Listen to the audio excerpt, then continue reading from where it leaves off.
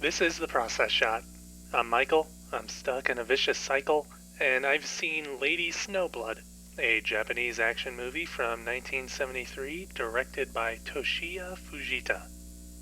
It follows a woman named Yuki, who has been raised as a vessel of sorts for her mother, who died when she was born but passed her desire for revenge against her captors, assaulters, and murderers onto her daughter. It may sound a bit complicated, but it worked, as Yuki does have the training necessary to make this happen, and has since set her sights on justice under the name of Lady Snowblood. Of course, 20 years is a long time, and her targets won't have all simply waited around for something to happen. I'm not confident enough to say that this is the prototypical revenge movie from which all later movies hold roots, but this sure as hell seems like it. From the tragic backstory to the piling body count to the final showdown, all the common elements in the now classic plot structure are present in this movie.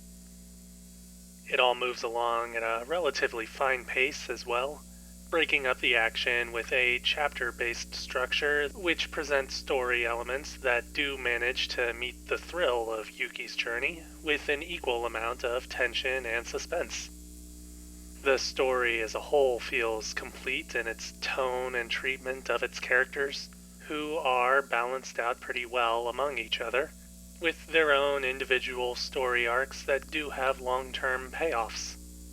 Thematically, there's nothing too strong, with the primary conflicts at hand being more surface level, and little else about the characters being explored in depth. But all in all, when it comes to the actual story at hand, it's excellently crafted and paced, and will most certainly leave an impact on anybody who watches it. I certainly felt one, at least. The impact is helped out a lot by the movie's technical aspects and artistic design as well.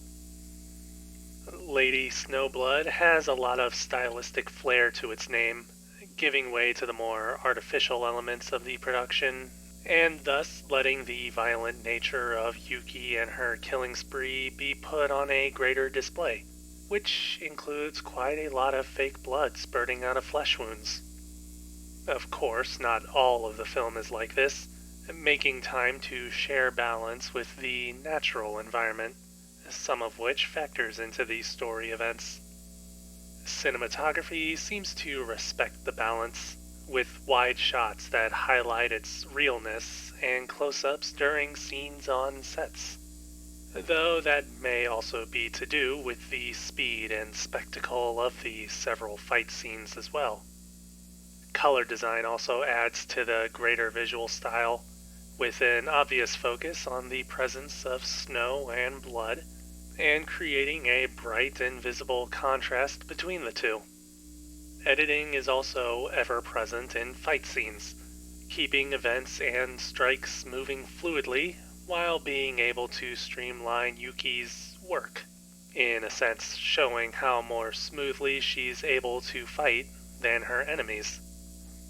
The special effects on display are also a definite highlight, adding to the overall spectacle of the film by bringing the violent aspects to the forefront in an almost exaggerated manner.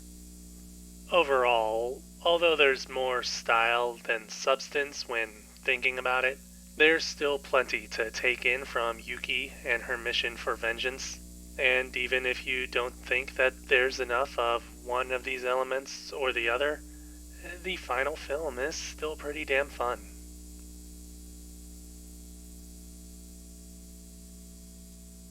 Lady Snowblood, Toshiya Fujita, 1973.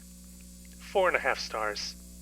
I would definitely recommend giving this movie a watch.